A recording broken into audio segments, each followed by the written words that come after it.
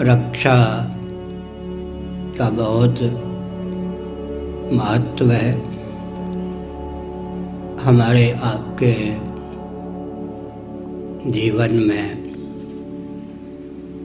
भगवान की शक्ति प्रकृति के द्वारा प्रदत्त ये भुजदंड हैं। रक्षा के लिए इनकी संरचना की गई है। यद्यपि हम हाथ के द्वारा विविध प्रकार के कार्यों का संपादन करते हैं, परंतु मुख्य रूप से रक्षा का दायित्व भुजदंड पर निर्भर है। किसी विश्वविद्यालय में भुजदंड को यह प्रशिक्षण नहीं दिया गया कि शरीर के किसी अंग या प्रत्यंग पर वार की संभावना हो तो टूटने फूटने की चिंता किए बिना अपने आप को यूं आगे कर दो। यहाँ तक कि गाढ़ी नींद में जबकि अहंकार भी सो जाता है, बुद्धिपूर्वक आदेश नहीं दिया जा सकता, तथापि ये भुजदंड परंपरा प्राप्त निसर्ग सिद्ध संस्कार संवेद होने के कारण मच्छर अगर काटने के लिए आ गया, अपने आप रक्षा के लिए उद्यत हो जाते हैं।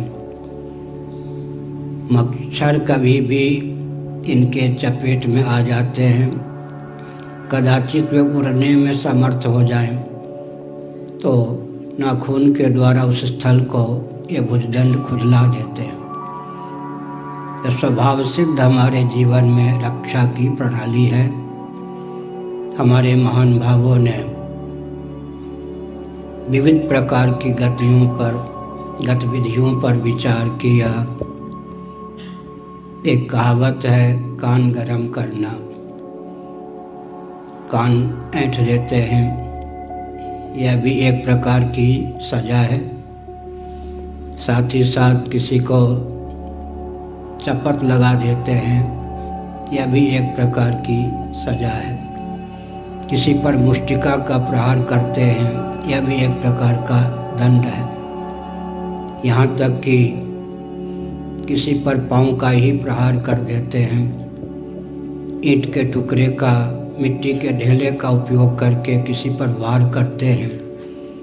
यह सब जो रक्षा की निसर्ग सिद्ध सामग्री है, पृथ्वी की प्रधानता से है। कभी कभी हम देखते हैं कि वर्षा के चपेट में हम आ जाते हैं और ओले के चपेट में भी हम आ जाते हैं।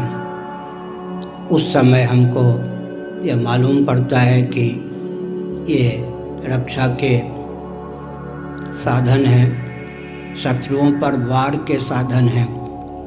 व्यक्ति मूसलाधार वर्षा में आहत हो जाता है, भीग जाता है, ओले की बौछार होने पर भी संतप्त हो जाता है।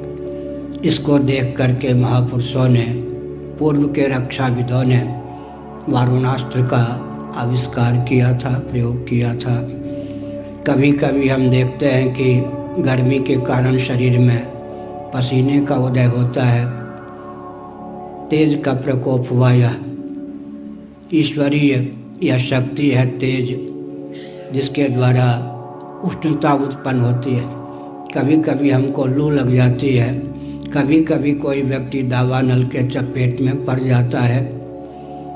इन सब घटनाओं को देखकर रक्षा विभाग के विशेषज्ञों ने तेजस अस्त्र शस्त्रों का आविष्कार किया। साथ ही साथ कभी कभी आंधी तूफान के चपेट में हम पड़ जाते हैं, आंधी के चपेट में आकर पर्वत भी हिलने लगते हैं, वृक्ष भी मूल से गिर पड़ते हैं, उखड़ जाते हैं। इनको देख करके पूर्व के महान भावों ने वायव्यास्त्र का आविष्कार किया। आस्तिक नास्तिक वैदिक अवैदिक उभय सम्मत ऊर्जा के ये चार स्रोत हैं, पृथ्वी, पानी, प्रकाश और पवन, इन्हीं के द्वारा रक्षा की सामग्री तैयार की गई है। महाभारत इत्यादि का अनुशीलन करें तो पार्थिव अस्त्र, जल से संबद्ध वारुण अस्त्र, अग्नि से संबद्ध आग्नेयास्त्र और वायु से संबद्ध वायव्यास्त्र का वर्णन मिलता है। साथ ही साथ हम यह भी देखते हैं कि किसी के ऊपर हम वाग्वज्र का प्रयोग करते हैं, गाली दे देते हैं, अपशब्द का प्रयोग करते हैं, उसके मान वर्धन के लिए वाक शक्ति का उपयोग करते हैं। आकाश का गुण है शब्द। और कभी कभी हम यह देखते हैं किसी के बारे में शुभ चिंतन होता है, अशुभ चिंतन होता है, संकल्प बल से हम किसी का उत्कर्ष कर देते हैं, किसी का अपकर्ष कर देते हैं, तो मन में भी एक बहुत बड़ी ऊर्जा है, शक्ति है, और उस मानसिक शक्ति का उपयोग करके भी हम शत्रु का दमन कर सकते हैं। एक संकेत करना हम उचित समझते हैं कि अस्त्र और शस्त्र ये दो विभाग महाभारत इत्यादि में किए गए हैं। प्रवृत्ति शस्त्र संपाते, और गीता में यह भी कहा गया कि शस्त्रधारियों में मैं राम हूँ, राम शस्त्र पितामहम्। शस्त्र शब्द का प्रयोग भगवत गीता में किया गया है। भगवत गीता महाभारत का एक उज्ज्वल रत्न या अंश है। एक प्रणाली यह है कि हाथ में धारण करके जिसका हम उपयोग करते हैं उसका नाम शस्त्र है। जैसे कि परशु एक शस्त्र है, इसी प्रकार से डंडे का उपयोग करते हैं तो शस्त्र है। एक प्रणाली यह है कि प्रक्षेपास्त्र फेंक करके हम वार करते हैं शत्रु पर, उसका नाम अस्त्र होता है।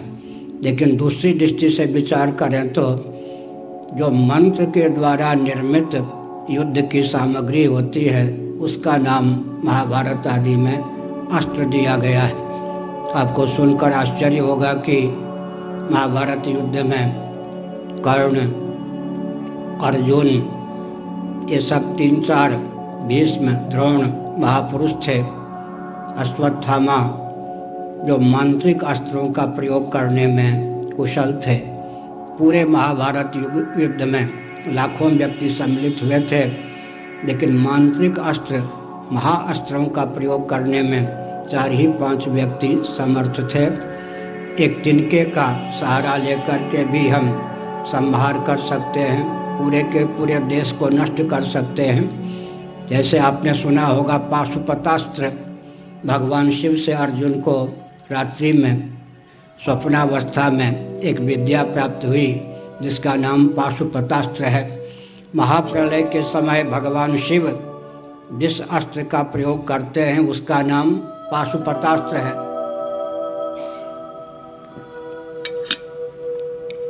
उस पाशुपतास्त्र में इतनी क्षमता है, पार्थिव प्रपंच को पृथ्वी का रूप दे दे, पृथ्वी को नष्ट करके जल का रूप दे दे, जल को नष्ट करके तेज का रूप दे दे, तेज को नष्ट करके वायु का रूप प्रदान करे, वायु को नष्ट करके आकाश का रूप प्रदान कर दे, आकाश को नष्ट करके प्रकृति माया या त्रिगुण का रूप प्रदान कर दे, उस माया का भी परमात्मा में विलीन कर दे। ये पाशुपतास्त्र की महिमा है। कार्य को कारण का रूप प्रदान करना यह काल का स्वभाव होता है, और कारण को कार्य का रूप प्रदान करना भी काल का स्वभाव होता है। भगवान शिव के पास मंत्र मय पाशुपतास्त्र होता है, जिसका उपयोग करके वे पृथ्वी को पानी का, पानी को प्रकाश का, प्रकाश को पवन का, पवन को आकाश का रूप प्रदान करते हैं, और आकाश को भी नष्ट करके उसका जो मौलिक स्वरूप है अव्यक्त या प्रकृति का रूप दे देते हैं। उस प्रकृति को भी भगवान शिव अपने में आत्मसात कर लेते हैं। इसका नाम पाशुपतास्त्र होता है। गायत्री मंत्र के अनुलोम या विलोम से सूत संहिता के अनुसार, अहिर्बुद्धि संहिता के अनुसार इन अस्त्रों की रचना होती है। श्रीमद् भागवत, महाभारत आदि का अध्ययन करते हैं। बलराम जी ने एक तीर्ण का उपयोग किया, तिनके का, और सूत पर प्रहार कर दिया, सूत का प्राणांत हो गया। इसका अर्थ क्या होता है? मांत्रिक अस्त्र जो होते हैं वे एक तिनके के सहारे भी पूरे विश्व को नष्ट कर सकते हैं। हमारे महापुरुषों ने मंत्र के बल पर जिन अस्त्रों को प्राप्त किया था वे सब अमोघ अस्त्र थे। आज भी कोई कितना भी क्षमता संपन्न राष्ट्र हो, हिरोशिमा नागासाकी आदि पर बम का प्रयोग किया गया, लेकिन वहाँ के आकाश को तो नष्ट नहीं किया जा सका। लेकिन भगवान शिव तो पाशुपतास्त्र का प्रयोग करके वायु को भी नष्ट कर सकते हैं, आकाश को भी नष्ट कर सकते हैं। Matter can neither be created nor destroyed. किसी भी पदार्थ की आकस्मिक उत्पत्ति नहीं होती, किसी भी पदार्थ का निरन्वय नाश नहीं होता। इस दृष्टि से विचार करें तो मांत्रिक अस्त्र में ऐसी क्षमता है कि वह कार्य को कारण का रूप प्रदान कर दे। और संरचना की क्षमता भी मंत्रों में होती है। कारण में सन्निहित कार्य को व्यक्त कर देना, यह भी एक प्रकार से युद्ध की ही प्रक्रिया है। सृष्टि की प्रक्रिया भी युद्ध की प्रक्रिया है, उसके द्वारा व्यवहार का संपादन होता है। अर्जुन के पास ब्रह्मास्त्र था, अश्वत्थामा के पास भी ब्रह्मास्त्र था। दोनों ही मांत्रिक अस्त्र से युक्त थे, लेकिन अश्वत्थामा ने 5 पांडवों को लक्ष्य बनाकर ब्रह्मास्त्र का प्रयोग कर दिया। भगवान वेदव्यास ने पूछा, तुमने जो इस ब्रह्मास्त्र का प्रयोग किया है इसका लक्ष्य कौन है? अश्वत्थामा ने कहा, 5 पांडवों को मारने की भावना से हमने इस मांत्रिक ब्रह्मास्त्र का प्रयोग किया है। भगवान श्री कृष्ण और वेदव्यास ने कहा, हमारी आँखों के सामने धर्मात्मा 5 पांडव नष्ट हो जाएं, हमको अभीष्ट नहीं है, तुम इसका संवरण कर लो। उस समय अश्वत्थामा ने क्या कहा, मुझे जीवित रहने की इच्छा है। अगर पांडवों को लक्ष्य बनाकर मैं ब्रह्मास्त्र को लौटा लेता हूँ, लौट तो सकता है ब्रह्मास्त्र, लेकिन मुझे मार देगा। मैं जीवित रहना चाहता हूँ, अतः ब्रह्मास्त्र को लौटा नहीं सकता। तब वेदव्यास जी ने कहा, कोई ऐसा सत्पुरुष महापुरुष योद्धा है तो ब्रह्मास्त्र का प्रयोग करके अगर चाहे तो लौटा भी सकता है। लक्ष्य वेद के पहले ही अश्वत्थामा ने कहा, विश्व में एकमात्र योद्धा अर्जुन है, तो ब्रह्मास्त्र का प्रयोग करके अगर विचार आ गया कि यह शत्रु मारने योग्य नहीं है, जिस पर मैंने वार किया वह मेरे द्वारा वध्य नहीं है, उसका मारना उचित नहीं है, तो अर्जुन वापस कर सकते हैं, क्षतिग्रस्त भी नहीं हो सकते। मैं चूँकि इतना संयमी नहीं हूँ कि ब्रह्मास्त्र का प्रयोग करके उसे लौटा लूँ तो जीवित रह सकूँ। तब फिर 5 पांडवों का मरना यदि आपको अभीष्ट नहीं है तो पांडवों से संबद्ध कोई लक्ष्य दीजिए। तब भगवान वेदव्यास जी ने श्री कृष्ण की ओर निहार के उत्तरा के गर्भस्थ शिशु को लक्ष्य दिया।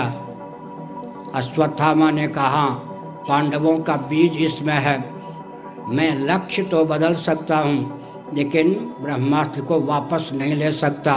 तो मैंने यह संकेत किया कि महाभारत, वाल्मीकि, रामायण इत्यादि में, वेदों में भी विविध प्रकार के अस्त्रों का प्रयोग किया गया है। उसमें रुपये इत्यादि खर्च करने की भी आवश्यकता नहीं होती, क्योंकि वे सब के सब मांत्रिक अस्त्र होते हैं। मंत्र के द्वारा बहुत कुछ कार्य बन सकता है, बल्कि सृष्टि की संरचना भी मंत्र के द्वारा होती है। यह जो सृष्टि है परमात्मा की कृति है। भगवान में उत्पादनी शक्ति, पालनी शक्ति, संहारणी शक्ति तीनों सन्निहित है। भगवान जब संहारणी शक्ति का उपयोग करते हैं तो सारी सृष्टि को अपने में आत्मसात कर लेते हैं। तो वैदिक महर्षियों के पास अस्त्र शस्त्र का भी विज्ञान था। यहाँ तक मैं संकेत करता हूँ, महाभारत और मत्स्य पुराण के अनुसार सनातन वैदिक आर्य हिंदुओं के जो देवी देवता अस्त्र शस्त्र धारण करते हैं, अराजक तत्वों के दमन करने की भावना से उन्हीं की पूजा अधिक होती है। त्वष्टा, पूषा, अर्यमा, ब्रह्मा, ये गिने चुने सनातनियों के देवता हैं। तो अस्त्र शस्त्र धारण नहीं करते, प्रकारांतर से निशस्त्रीकरण के पक्षधर होते हैं। इनकी पूजा कभी कभी कहीं कहीं किसी किसी के द्वारा होती है। सनातन धर्मियों के यहाँ विष्णु जी हैं, शिव जी हैं, देवी हैं, इन सब की पूजा अधिक क्यों होती है? क्योंकि अराजक तत्वों के उपद्रव से विश्व की रक्षा के लिए अस्त्र शस्त्र का उपयोग करते हैं। लेकिन अस्त्र शस्त्र के उपयोग की विधा यह है, जो उस अस्त्र शस्त्र के चपेट में आकर मारा जाता है उसकी सद्गति भी होती है। तो वैदिक महर्षियों को शिक्षा का विज्ञान जहाँ प्राप्त था वहाँ रक्षा का विज्ञान भी प्राप्त था, और रक्षा का ज्ञान जहाँ प्राप्त था वहाँ संहार का विज्ञान भी प्राप्त था।